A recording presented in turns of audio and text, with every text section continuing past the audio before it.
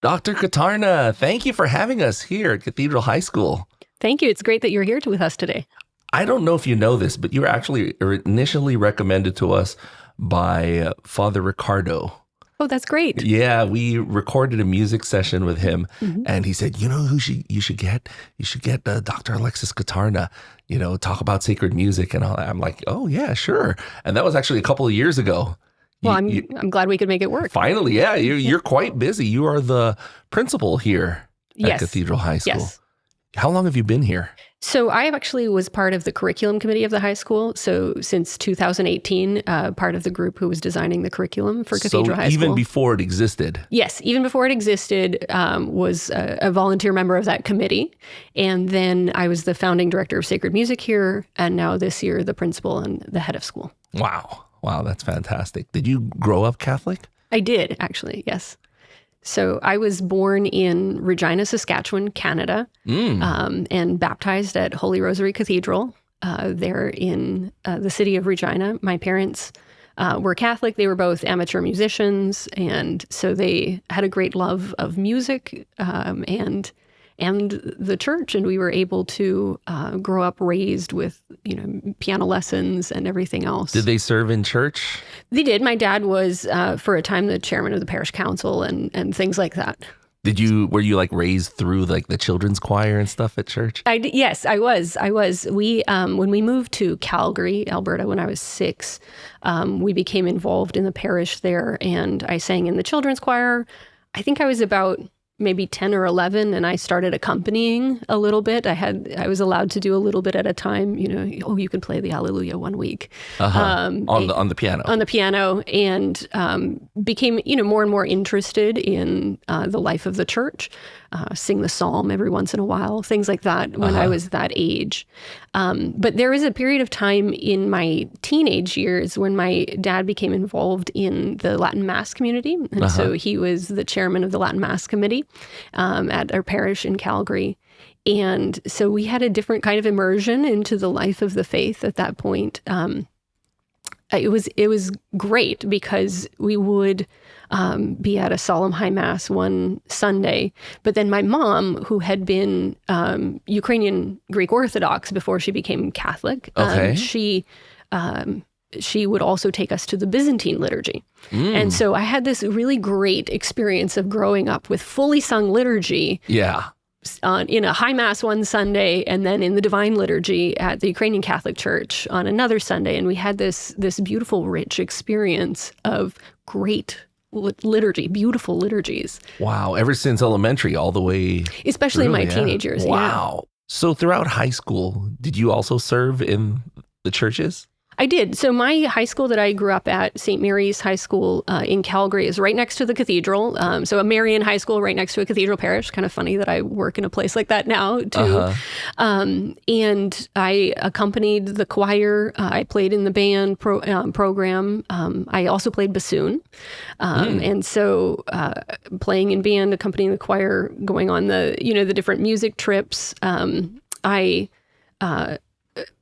Because we had mass for high school at the cathedral next door, one of the really great things was our high school band director, Mr. Barrett. He was a phenomenally influential person in my life as a musician.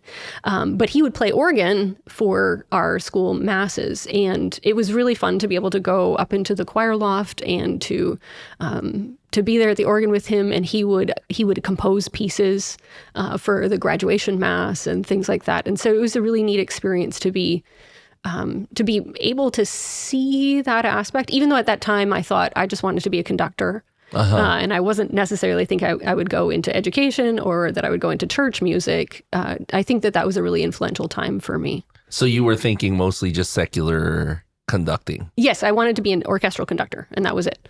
Was that a dream that you had ever since you were a kid, or? Yes, I think when I was about 9 years old, it was something like either I want to be a math teacher or I want to be an orchestral conductor. I think I went through one little phase of maybe being interested in forensic pathology, which is totally different. Watching too much CSI. Yes, X-Files actually. Oh, X-Files. Oh, yeah. But I really had a love of orchestral music, of playing in large ensembles and seeing how people could come together and do something that they can't do on their own. Did anyone ever like discourage you saying, oh, career in music, maybe not? No, I actually was very supported. My parents were very supportive of my desire to go in to study music at the university level. And so I'm very thankful for that. Do you think it would have been a lot more difficult if your parents weren't, a little more musical? I'm sure. They both, though, had, even in their college years, experiences of playing at that level. And I think that helped them see that this is possible. Even if I were to be a music teacher, if I were to be a professional bassoonist or conductor, that there were a lot of options available for me. I think one of the funny things, and my mom will probably laugh when she hears this, is that she would ask me to focus all the time when I was in high school, because I played bassoon and piano, and I was taking theory classes, and I was on the field hockey team, and I was on the debate team, and all of these other things. And so she would ask me continually to focus when I was in high school. And so then, of course, you could have gone in so many different directions. Yes, and just that my time was split between so many different things. But when I went to university, then I was a double major in bassoon and piano performance. And so I don't think I've ever really focused yet in my life. So, but it is good advice to just see what's important and discern what's important for you. Where did you go to university? So I started first at the University of Regina in Saskatchewan, and then I transferred to a university in Chicago. So I completed my undergrad at St. Xavier University on the south side of Chicago. It's a Catholic liberal arts university in Chicago. And I had a really awesome experience with my piano professor in my undergrad. She was one of the pianists in the Chicago Symphony. So the principal pianist was her teacher, and then she was the assistant principal pianist. And she insisted for all of the piano majors that we study organ and harpsichord also. Most people who study piano in college are not going to go on to be concert pianists. And so how can you make a career out of that? Was her question for us, right? Okay. And so she had us study for at least a semester or a year organ and harpsichord. I was so grateful because she found us jobs. She found us church jobs with other musicians that she knew in the city. So I started as an organist, actually just across the border in Indiana, St. Maria Goretti Catholic Church, as an organist. And I learned on the bench in a certain sense. I was taking organ lessons, and then I was paid to keep learning on the bench at the same time. I can understand organ, you can do that at churches, but why harpsichord? Well, because you're versatile in the performing world, right? So if you can play piano, certainly you can accompany people, singers on recitals or students for solo and ensemble contests, things like that. Yes. But harpsichord also, because then you're skilled in the whole Baroque music world. And so there's work to be found in those areas if you're a multi-talented keyboardist. Oh, okay. That's interesting. Yeah. So after your undergrad, where did you move on to? I went straight into a master's degree at Northern Illinois University. And so I double majored in bassoon performance and conducting. And my conducting professor, well, I had multiple conducting professors there because I did both wind conducting and orchestral conducting. And my wind conducting professor, the director of the wind ensemble, Dr. Ronnie Wooten, he actually just retired. He was awesome. He was awesomely influential because he expected me to be at everything that I could possibly be at for music. So sit in the other ensembles, watch the other conductors, go to the choral conducting seminars that they had, and encouraged me to also take lessons with the orchestral conducting professor, Dr. Matos. And so the two of them together were amazing instructors for me in conducting. They had very high expectations of the repertoire that I would study.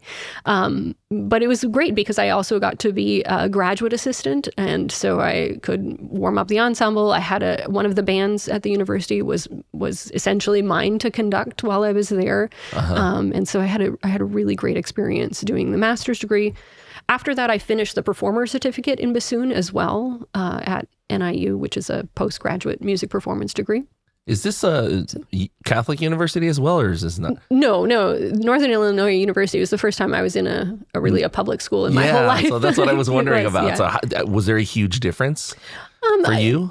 I actually had some friends who were Catholic that were going there as well. We all went at the same time. And so I don't know that I would say it's different. I was still certainly practicing the faith. I started working at a parish closer to there at the same time. So I was still very much connected. I think at this point, though, I was not thinking about working for the church. Even though I was working for the church, I wasn't thinking about working for the church Making as a career. Yeah. And so, just being in that environment, there were a lot of people who were looking for secular careers in music. That was a normal thing. So I don't know that that there was any particular drive yet or interest in, or I don't even know if I thought that it was a real possibility to make a career in the church at that time. When did that start to happen? So after I finished the master's degree in music and was working as a part-time music director at a parish, I was introduced to the Liturgical Institute at Mundelein Seminary. And I went for a tour. And I had a phenomenal tour with one of the professors there. And he gave me an architectural tour of the campus. And I don't know if you've ever been to Mundelein Seminary in Chicago, but it's outside of Chicago and it's on a lake. And it has this beautiful American colonial architecture. And the design of the campus was really, when Cardinal Mundelein founded the seminary and was having the buildings built for the campus, the idea was that it should be like the perfectly formed American priest. So in a certain sense, he's American on the outside, right? Like he's living in the world. He's American on the outside, but in the interior, it's thoroughly Roman. And so on all the doorknobs, there's a cross on the what do you call that part at the edge of a staircase? At the end of the baluster of the staircase. Ooh, oh gosh. But there are crosses there. Yes. And so it permeates even the residence halls of Mundelein Seminary, just that Catholicity about the place. And it has a beautiful chapel, the Chapel of the Immaculate Conception. And one of the most beautiful parts of that chapel is when you're standing, if you go up and stand by the altar and you turn around and you look back out towards the choir loft, there is a kind of elementary rood screen about 3/4 of the way back or 2/3 of the way back that would have divided where the clerics would sit from people who were not clerics. But when you look at it from the altar, you look up and you see these angels at the top of it. It looks like they're holding up the choir loft. Wow. Even though it's really in real life, if you're standing between those two places, it's about 20 feet away from each other. Yeah. It looks like the angels are actually holding up the choir Just lofts. the angle of it, the perspective, yeah. Yeah, so that the angels are supporting the song of the church. That's that cool. idea. And when he told me that, I went, wow, there's so much more here.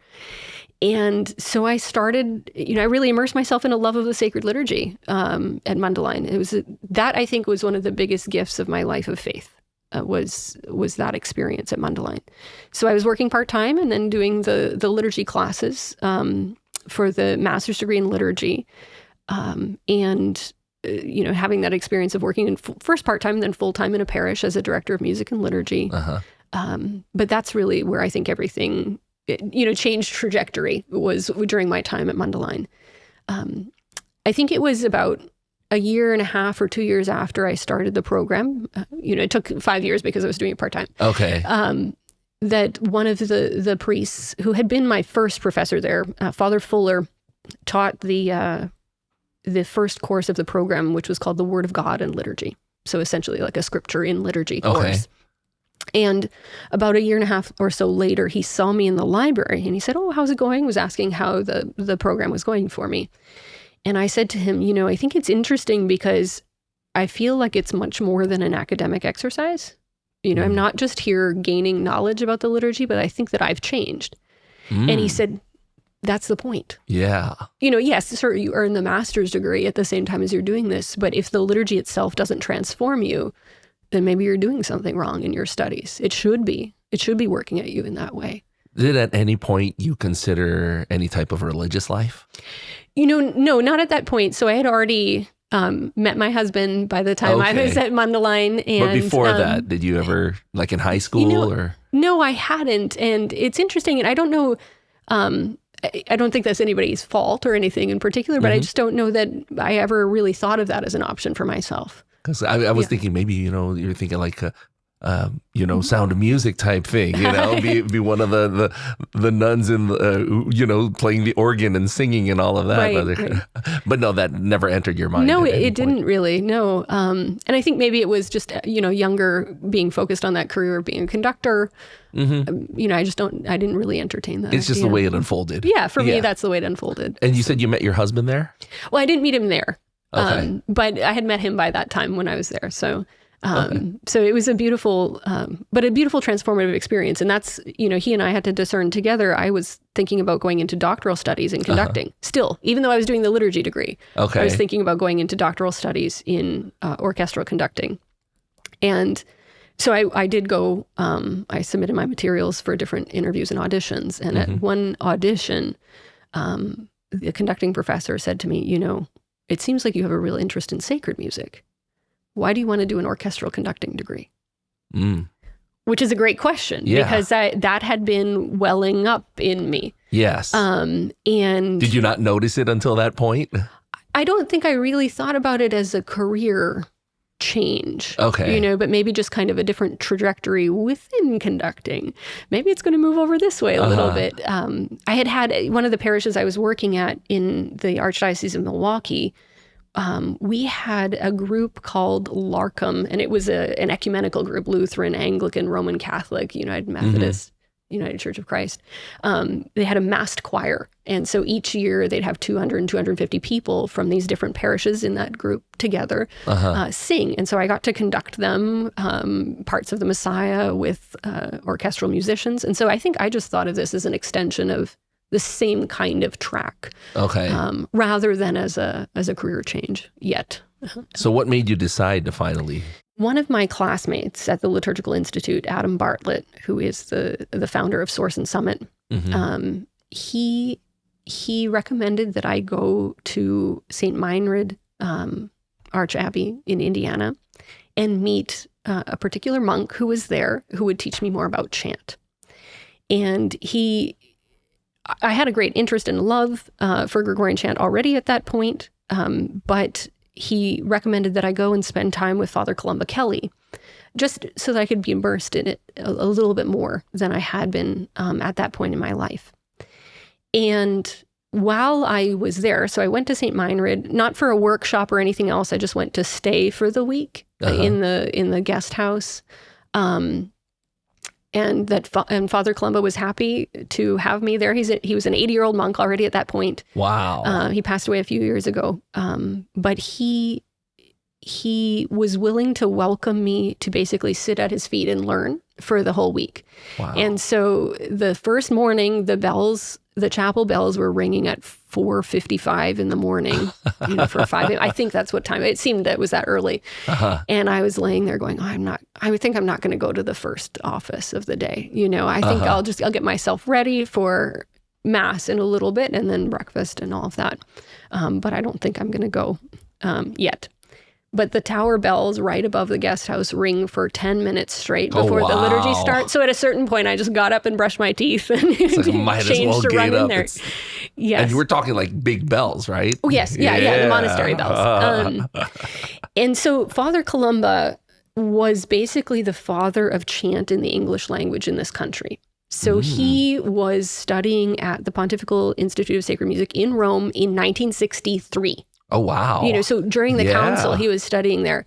And he was a particular expert in Gregorian chant. And so when he came back to the United States, when he came back to St. Meinrad, his abbot asked him, so about this chant in the vernacular kind of thing, should we try it?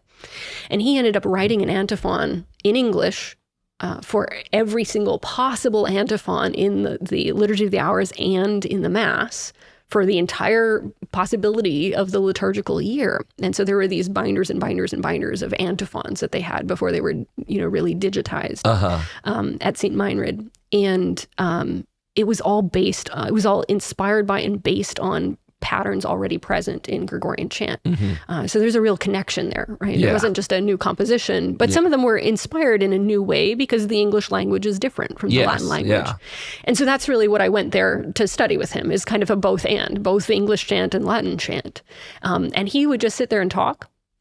at me, and I would write notes, and he would talk about all sorts of things, not just music. He'd talk about Bach preludes and fugues, and then he would talk about the Heisenberg principle in physics and other things that all related back to Gregorian chant in some way.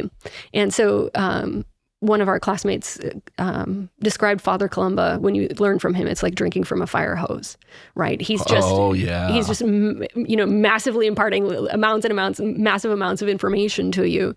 And you sit there and you receive it from him. And how many of you were there? No, it was just me. Just you? Okay. Yes, so I just went to spend the week with him by myself. Oh, wow. Which was great. So it was not in a workshop or anything else. And I know that was a unique privilege because most people went to workshops with him. Yeah, so he's just there giving you all of this knowledge and wisdom. And, so he would talk for, an hour or so or more in the morning, and then he'd say, okay, let's take a rest, and then after lunch, come back. And so then I'd go back, and he'd talk at me for a while, a couple of hours, and then he'd say, okay, I'm going to take a nap. I'll see you at Vespers. And then he would ask for me to, do some reading overnight. Go find these 12 things in the library and come back tomorrow morning, and there's no possible way I could have done everything that he'd asked me to do in between. But about the third or fourth day that I was there, I had been in the chapel during a period of time, maybe after lunch or something, when he was taking a rest. And I just found myself in tears. And I went to his office at 2 p.m. or what time I was supposed to come back. And you have to remember, this is he's an 80-year-old monk, Benedictine monk. He seems like a grandfather. Right? And so I show up at his office in tears, I think expecting to be consoled. And I just said, I don't know why I'm crying. And he said, good. Wow. What do you mean good? He said, good because it's doing something to you. Oh. Right. That this study of the music, entering into it more deeply, is having such an impact on you that there are things welling up inside of you. That you don't understand. That I don't understand. Can't explain. Right. Wow. So he just said, good. And then basically, let's get back to work. And so there was no time for sitting around and crying. Yeah, and drink more from this water hose. Right, yeah, exactly. And so it was at the same time that I was there that a friend of ours here in Houston that I knew from the Liturgical Institute, Roland Miliare, called and said, I have a priest friend who is looking for a music director at the seminary in Houston. And at first I said, I don't want to work at a seminary. And he said, no, just please talk with Father Earthman and see what you think. Well, Father Earthman and I got along very, very well on the phone. And I thought, okay, well, I'll discern this idea. I'm still interested in doctoral studies in orchestral conducting. Okay. And so then, but I treated it like a discernment. So I had a phone call with him and then a Skype interview. And then I came here to Houston for an interview at the seminary in person. And the whole time, my husband and I had talked about this. The whole time I was just asking God, basically make it clear for me. So I don't know exactly what I want, I guess, at this point. Just make it clear for me where I'm supposed to go. And I think it was very clear. It was very clear on my visit. I had a great experience coming to interview here at St. Mary's Seminary. And when I went home, I said, I think it's really clear. And what was beautiful is when we sold our house, it sold for a list price in 10 days while we were in Rome and all that. So it made everything about the move very easy to come here. Did you have kids at the time? We had one daughter, our oldest daughter, Okay. Cecilia, at that time. And so, but everything was made easy for us in the move. So I said, okay, I think maybe we must have made the right decision. I'm going to try this sacred music thing for a while. Even though I'd already been doing it in the parish. Yes. I think I thought of it as an in-between. But that changed during my time at the Liturgical Institute, my time with Father Columba, and then the discernment about coming to work at the seminary. Oh, this is actually, a career path for me. Did anyone in the music field ever kind of discourage you into going into that route? I don't think so. I think, I had several people who still expected me to go on and do the doctorate. And so when I did eventually finish the PhD, even my conducting professor, Dr. Wooten, congratulated me right away. I knew you'd get it. I knew you'd go and get the doctorate. So I think they were all very supportive of the discernment in that path. Did you get your doctorate here in Houston? No. So after I started working at the seminary, I actually had invited Bishop Lopes during the Week of Prayer for Christian Unity to give a talk at the seminary. And he had with him a liturgical scholar from the University of Vienna at the dinner. And so I sat with him at the dinner. I knew who he was. I'd read some articles by him. And I thought, oh, this will be exciting to sit next to this liturgical scholar from Vienna. And while we were talking, he had asked, well, why haven't you done a doctorate yet? It seems you have this great love in the theology of sacred music. Why don't you come do it at the University of Vienna in Austria? And I said, well, one, that's in Austria. And I live here and I have a family. And at that point, we had our second daughter, Genevieve. And, I'm sure it's very expensive and all of that. I don't know how we're going to make that work. Yeah. And he said, well, actually, tuition at the University of Vienna, it's a state school. So it's, €800 a semester, which is a massively different dollar amount than any university in the United States. And he said, I also have some students who do this by distance, and then they just come to campus once a semester for a seminar. And so I think it would be possible for you to do that. So I just want you to consider it. And we went home and we looked at, flight prices to Vienna and realized it was way cheaper than doing the doctoral program somewhere else. Yeah. And I had been in touch with CUA about doing my doctorate there because I knew at this point that I wanted to do something with the theology of sacred music. Okay. But I also still, had this love of chant. I had been in touch with, at UT, there's a chant scholar that's there in Beneventant chant. And so just trying to figure out what the right place was to do it. But there's nowhere you can do that while you're still working or without picking up your family and moving them.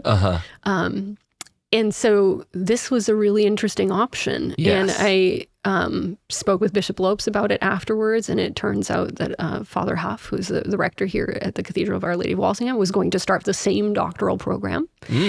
And so I applied and was accepted into the PhD program in liturgical studies, along with a cohort that included 4 priests of the ordinariate.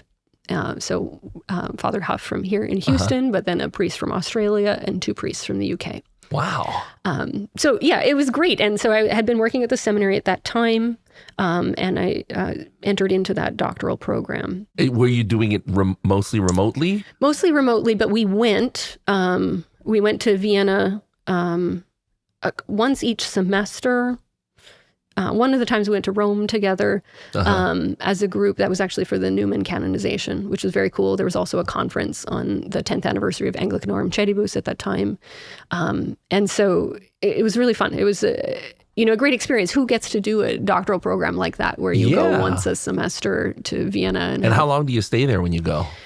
Each time was about 7 to 10 days. And so he would block our seminars into several days in a row. So you'd be in a room with, 15 to 20 other doctoral students looking at each other's writing and at each other's work, which was great. So it's like a whole intensive 1 week of just all. Wow, that's fantastic. And in between, you would work on your writing, and you'd have meetings with your supervisor. So were you still, working at the seminary at the same time? So during this time, I actually had basically an offer I couldn't refuse from a priest that I would have always wanted to work for. Father Reynolds asked if I would come to St. Elizabeth Ann Seton, and he needed a school music teacher, and so I ended up also being the parish music director for a time there. So I started at C's first as a school music teacher, and then also the parish music director, and then found my way into the assistant principal's office while I was there. And so our principal, Ignacio Aguilera, invited me to take on one of the assistant principal roles in the school. And so I'm very grateful for that experience now in the position that I find myself today. Did you ever think that you'd go into administration? No. No. And at first I really thought this is the last thing I want to do is sit in school administration. I want to, conduct a singing group. I don't want to, or, a sacred music ensemble. And so it was kind of interesting because at the same time, even today I continue to conduct the Schola at St. Bartholomew's for the traditional Latin Mass. So every time we have a Latin Mass there are 2 of us who share the conducting responsibilities there. But being able to establish the Schola that sings for the Mass is a really nice passion project for me on the side. So I still do get to conduct and still do get to be immersed in Gregorian chant. How long did it take you to get your doctorate? It took about 5 years. So I was working on it part-time, writing a dissertation, a 300-page book is a lot of work, and it takes a long time. But I was very grateful because the administration at St. Elizabeth was so supportive of me in doing that. Both Ignacio and Father Reynolds were very supportive of that. And then finishing it while I was here. What did you write your dissertation on? I actually wrote on a phrase that Pope Benedict XVI wrote called the musification of the word. So the idea that when we are singing in the liturgy, our faith is being made alive or being made incarnate in a particular way. That we talk about the word made flesh in the Eucharist. Yes. And we know that this is true. We know that in the beginning was the Word, and the Word was with God, and the Word was God, and the Word is made flesh and dwelt among us. Not only in history as Jesus Christ coming as a humble baby in the manger, but also each and every Mass that he's present before us in the Eucharist, he's made flesh. When we sing, we are also making the Word present. Not in the same way, not in the body, blood, soul, and divinity, same sense as the Eucharist, but we are making the Word present before us. And this is a really beautiful gift to the Church. It's a gift of the Holy Spirit into which we all are called to enter and participate. And so I loved being able to write on this topic because I was able to explore just music in the human tradition. What role does music play in culture? What role does music play in memory, in medicine? I mean, that's even a great question, is the ancients thought music had particular effects on the body, not just on the mind or on the soul, but music has effects on the body. And so when we think about music as a sacramental sign in the liturgy, we are also thinking about its effects. What effects does it have on us in the liturgy? And how does it give us that glimpse of heaven? That's what music is supposed to do, right? It's supposed to help us to worship God, of course, give glory to God, and then to become more holy. And when we are actually singing the words of the Mass, right, the words of the sacred liturgy that have been handed on to us, when we are entering into those words and elevating them in song, then we're participating in a really unique way in the very purpose of the liturgy itself, and kind of lifting that veil and singing with the angels in heaven. So that's what I wrote about in my dissertation. That's cool. And so during the same time as I was at St. Elizabeth, I started on the curriculum committee for Cathedral High School. There were a group of us, and I think for several of us, it was, I want to build something where I'd want to send my kids when they're older. Who approached you? Who approached me for that? Bishop Lopes asked if I would be on the curriculum committee for that. So I also serve on the Liturgy and Arts Commission for the Ordinariate. And so being asked to be on the committee with the Dominican sisters and with some of our other founding faculty members was a really great experience to explore what would you want if you could design a high school. What would you want it to look like? Especially when you're given the parameters of obviously it's rooted in the Catholic tradition. We really focused in on the liberal arts tradition as essential to the life of the school. So it is a classical Catholic school. Yes, but also that it would be founded on these pillars of sacred art and sacred music. That was a really attractive thing. So being asked to be part of designing a curriculum for a school that had a pillar of sacred music, it's kind of a neat project to be involved in. So in the end, when the school opened, I started as the founding director of sacred music here. And then this past year, I stepped into the principal's office. I had that previous administrative experience, so I think that helped set the stage for that. So did you ever think that you'd end up as in the principal's office? No, it was funny because when I started as the music director here, I thought, oh, good, I'm not going to be in administration anymore. And then when it was clear that I would be in the principal's role, I went, oh, I think I'm going to really miss, that aspect of the classroom. Do your daughters go here? Not yet. Well? So our girls go to St. Teresa's in Sugar Land. And so in another year, I will be driving my daughter to work with me. That's great. Now, could you explain classical education? Absolutely. So classical education is really a focus on the way that someone thinks, the forming of a whole person. We want this child to be a whole person, and we want them to be able to think. We don't want them to just be able to answer questions. to score a certain grade on a test. So we don't teach to a test, but it's about learning how to think, how to wonder, how to activate that life of the mind, and to see that all knowledge in a Catholic classical education, we really see that all knowledge is interrelated in God. So it is a search for truth, beauty, and goodness. And for us, the thing that I really like to say, that's different about other classical schools is that we know that truth has a name, and his name is Jesus Christ. And so all that we study, when we study music or art or chemistry, physics, Euclidean geometry, even PE, right? That we see all this relates back to the truth of the person that is Jesus Christ. And we enter into this process of learning with, you can say the tradition of the church. You could also say the tradition of Western civilization, right? Going back to the roots of the Western civilization and asking the same kinds of questions. Who is man? Who are we made to be, right? What is truth? Can truth be known? What is the relationship between faith and reason? These kinds of questions that our students each day are looking at primary sources, real books. We don't scroll on tablets or something, but we have real books that our students are reading, and they're reading great sources. They're reading the works of Homer and Virgil. They're reading Boethius and St. Thomas Aquinas. They're reading the fathers of the church. And this is forming the basis of their educational life. So when we look at the question of classical education, it's really, a return to the great sources, what some people call the great books. And it's, for us, telling this story of salvation history. Our kind of spine course of the curriculum is called Catholic Culture, which is not a course name that you really find anywhere else. This is a really beautiful course. The sequence was designed so that it would be integrated humanities, taught in this historical or timeline kind of lens. And so the students study literature and history and philosophy together, starting with the ancients and working towards the present day. Now, you mentioned the pillars. Could you explain that? Absolutely. So the school is founded on 4 pillars. The first is sacred worship. And so the centerpiece of our school day, actually the first thing we do actually every morning, is go to daily mass all together. So this is not something that is just offered that some students choose to go to, but it's something that by choosing to come here, everyone goes to daily mass together.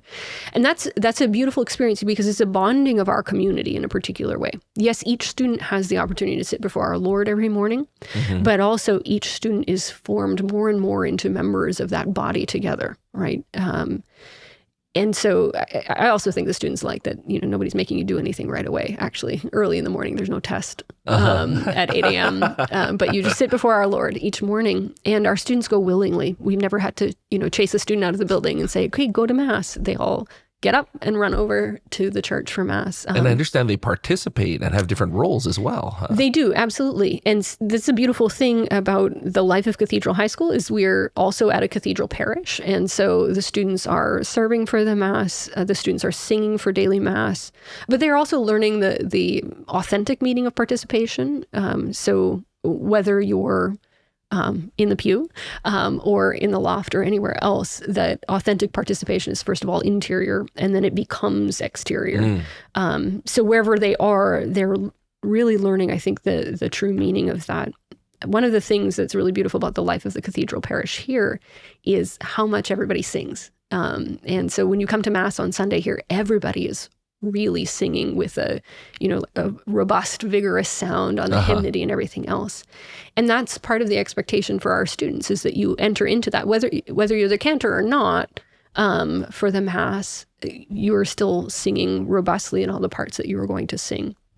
And so we have the dialogue between the priest and the people is sung. All of that is sung each day for the mass. And we're grateful because, Bishop Lopes will join us for mass regularly, Father Huff, the rector of the cathedral. And also that this year we've been, again, through the generosity of Bishop Lopes, we have our own full-time chaplain for the high school, Father Symington. And so he's with the students most of the days for mass. And then the second pillar? The second pillar is sacred wisdom. So we talked about the classical curriculum for the school. We want our students to have a rigorous and robust intellectual life. And so just because we also have arts and other things doesn't mean that the intellectual life is diminished here. And in fact, we have quite a high expectation of our students. Our courses are taught primarily in a seminar style.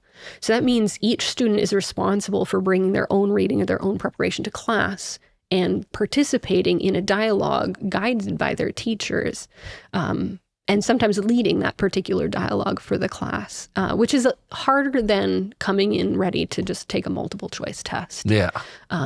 It's more than college prep. Sometimes people ask us that question, actually. Is this a college prep, or how do you do college prep? Well, it's great. To prepare for college, that's not a bad thing. But if we see high school as just a checklist to get into a college, we've missed the point of these formative years in these children's lives, right? Yes. They're still at such a key point in their lives that we're forming them not just to get into a college or not just to be a worker bee, right? We want the students to get to heaven. So that's our ultimate goal. Yes, we want to get you into college, and we have a curriculum that will more than accomplish that, and we'll teach it in a robust and intellectually rigorous way. But also, it's not just for you to get into college or to get a job. We really want you to get to heaven. That's the goal. So the other two pillars of our curriculum are sacred art and sacred music. And this doesn't mean that we're an arts-specific school, so you don't have to be an artist or be a musician already to come here. This is something that's for each student. So each and every student participates in the sacred art coursework.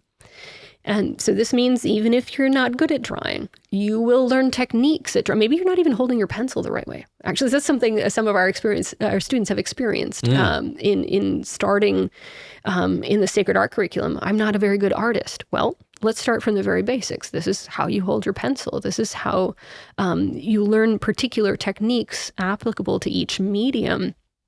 Our students, they work on ceramics and mosaics when they're studying ancient Greece and Rome. Okay. And then in the year that they move into Boethius and Augustine, Boethius, Aquinas, and Chaucer, they move into calligraphy and illumination and iconography. And then in the junior year, the students will, next year, I'm very excited about this, they will study stained glass. And we need students who would want to graduate from here and be stained glass apprentices.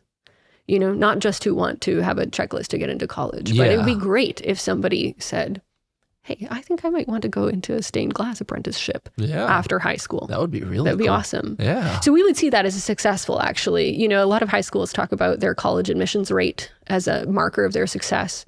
But if we had a student who wanted to go directly into discernment with a religious community, that would be success for us, who would want to go to be a stained glass apprentice or something else like that. That would be success too. I think we want those students to experience that authentic means of discernment. And sometimes you experience that through the beauty of the arts. So for each of our students that they participate in the sacred art program, that they learn about art history and learn to appreciate that, even if they don't go into arts professionally, that they have a deeper appreciation of the stained glass windows that they see at church. The same thing is true for sacred music. So all of our students sing here, whether they've sung before or not. Every student learns how to sing. Okay. And I think that that's something that is possible for everyone. Sometimes people ask that question. What about the kid that can't sing? The one who's quote unquote tone deaf. Right. More often than not, I think it's because they haven't had a patient voice teacher. I really think that that's the difference. Sometimes kids, and I've heard this from adults who said, oh yeah, I had a choir teacher who told me to just not sing when I was a kid. So I don't sing at church. Well, that choir teacher, maybe they didn't have the training to know how to work with that student, but rather than saying don't sing, you actually need to sing more. You have to build up the muscles. Like if you want to play basketball, you actually have to practice basketball to be able to play basketball, instead of saying, oh, I can't play basketball. And so I think the same thing is true with singing, is if you have the right kind of teacher, they know how to be patient, they know how to work with you to discover your voice and be able then to add your voice to the voices of everyone else here. So our students learn music theory, music history, and then they sing this great, rich repertoire of the tradition of the church. So from Gregorian chant through the music of the English tradition to music of the present day. That's all rich, liturgically sound, or they might sing major works. So, for instance, earlier this year, they sang the Oratorio of the Crucifixion by John Stainer. It has that famous movement, God So Loved the World, that a lot of parishes sing that particular movement from the Stainer Crucifixion, but we did the whole thing here, which was a really great experience on Palm Sunday for our students. Wow. So what are those 4 pillars again?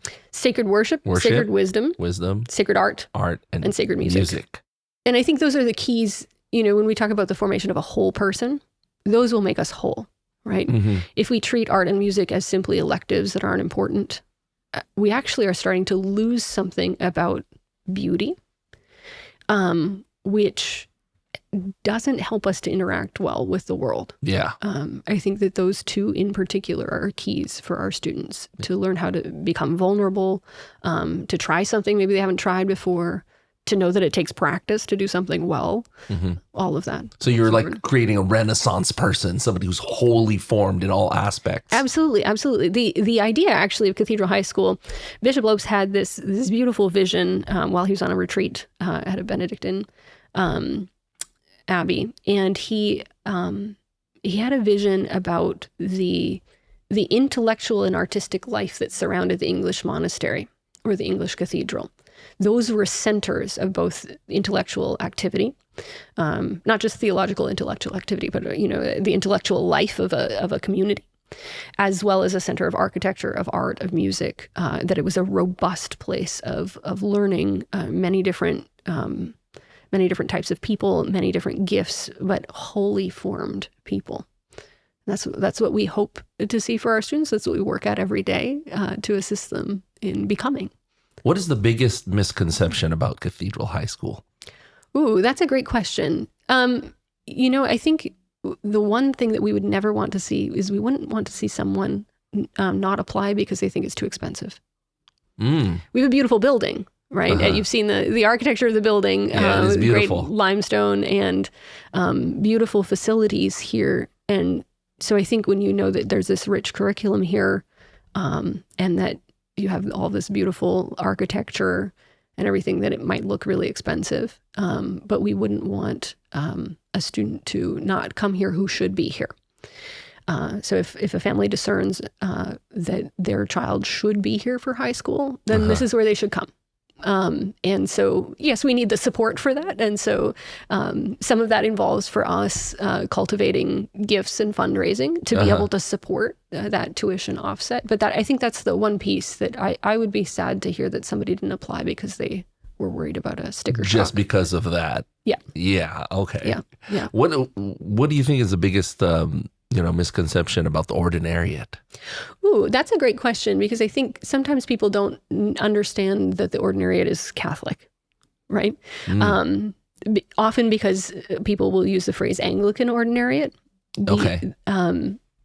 Yes, the ordinariate was founded for groups of Anglicans who wanted to come into full communion with the church. And they've been received into the church. That's what this is, a place of that unity that has been called for by Christ himself, right? That all might be one. And so this is a gesture on the part of the church to acknowledge and see that we have groups of people who've been impelled towards unity, that there was good in their lives of prayer outside of the Catholic Church that has called them to want to be one. And so, yes, there's a unique liturgical tradition here because it incorporates some aspects of, for instance, some very rich prayers from the English prayer book tradition, from the Book of Common Prayer, and other sources. But it's still a Catholic Mass. And so I think that's one piece that I would want everyone to know about the ordinariate is this is the Roman Rite. It's one of the forms of the Roman Rite, but it's certainly, this is the Roman Rite. And so any Catholic should feel at home in an ordinariate parish, and certainly any Catholic should feel at home at Cathedral High School. This is a high school that's meant for all Catholic young people in the Houston area. And we actually just received our accreditation paperwork from the Texas Conference of Catholic Bishops. Nice. So we are, officially a Catholic high school in the state of Texas, and we meet the requirements for graduation, more than meet the requirements for graduation in the state I of would Texas. think so. Yes.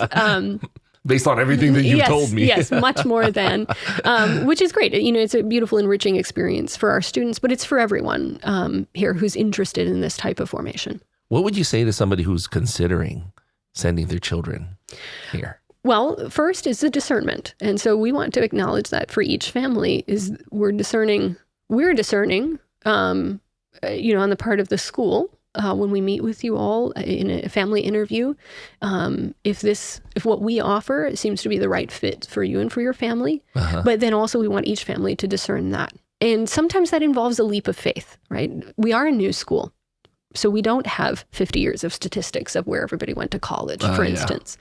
But if you know in your heart that you want your child to be in a place where the faith is the central component of the life of the school, where all the faculty make the oath of fidelity, where this is prized within every context of the school life, and yet at the same time where the student can inquire, you can ask questions, right? It's okay to ask questions about the faith. That's part of the reason we have an educational institution, is not just to open up their brains and dump things in and then close up the brains, but for them to learn how to use the gifts that they've been given by God. So we want them to ask questions about what's happening here. So if you have a child who's inquisitive and loves the faith and is open to new experiences, I'd encourage them to apply and to come for a shadow day and to check it out and see that there's something really great that's offered here where these young men and women can really flourish. And they're not missing out on something else. They're not missing out on a checklist of college prep. We have a full athletics program. This past year we've added cross country, volleyball. We have soccer, basketball, tennis, baseball we've started, and so that'll only keep growing. We have a relationship with the University of St. Thomas, both a reciprocal tuition agreement, as well as entering into a dual credit agreement with the University of St. Thomas. So we have lots of things that we can offer to families who are coming here. I would just say that if you know that the faith is that important to you, we're the only Catholic classical high school in this whole area. And this is the one place where we know there's that integration point of every single subject with the faith. And that's not to diminish the gifts of any other schools that they offer, but we know that we can offer you that. If that's what you're looking for, then this is the right fit. What would you say to a student who's kind of intimidated by going to a Catholic high school rather than, just the school down the street where all their friends and neighbors go? Right. I would ask them to come and meet our students, because we have really awesome students, but they're also normal kids. They live in the world. This is not a bubble of weird or unusual students. Sometimes they are kind of nerdy in a great way, like asking for more incense at Mass or something. That's awesome. We like that. But they're also normal kids. So come and hang out with them and see that they, might play club soccer outside of here or on other teams, or that they, want to go hang out, at the movie theater on Friday night or other things like that. They're also just normal teenagers. And so I don't think there's something to be intimidated about once you actually meet the students that we have. They're all striving for virtue. That doesn't mean they're perfect in that way. But if that's what you're interested in, right? I want to be around a group of people who are, kind of like me, and we want to be holy, but we're also living in the world and wrestling with everything the world offers. Well, here's a group of students that you can come and know that every single one of them is striving for virtue, is looking to the sacraments, right? They want to be united with Jesus in the Eucharist. They want to avail themselves of the regularity here of the sacrament of confession. That each of those students is striving after those goals and wants to get to heaven. Well, this is a place for you. This is a place for just come and meet everyone and see that they will welcome you into that. Now, if there's a young student who's like, probably shows an aptitude for going to like music, but is kind of hesitant. As somebody who has lived their life through, music and education, what would you say to them? I would say that practice makes permanent. That's a really great phrase. Not perfect, because if you practice poorly, you will perform poorly. So practice the way that you want to perform, and that you just have to keep at it, right? Music is not a field for the faint of heart. There are lots of really excellent musicians who don't get regular jobs simply because there can be a saturation in that area. If you're an amazing French horn player, you can take audition after audition after audition and get beat out at auditions by that. But if you're a versatile musician, then you will find work. So if you can teach, or if you have a second area, so for instance, the organist that can also conduct the choir from the bench, you're going to find a lot more work than someone who doesn't. But be good at your craft. Love your craft. Know it. Don't just be a performer. You have to know history and theory well, because that influences your performing. And then just practice. What if somebody is like, inclined toward it, but let's say their parents or the world is telling them, no, go into medicine, go into law, something like that? Yeah, I think that's a really great question, because we often see, it would be true also for somebody who's an artist, the same kind of question, or somebody who's an actor, the same kind of question. Again, if you immerse yourself deeply in that study, if you're versatile, one of the areas that's a really excellent kind of second area for a musician is music business or arts management. Right. So if you know that you are versatile enough to support yourself, because I think that's what most people are worried about when they say, oh, I don't know if you should be a musician. It's, are you going to have enough money to put a roof over your head and put food on the table? Yes. That's not a bad,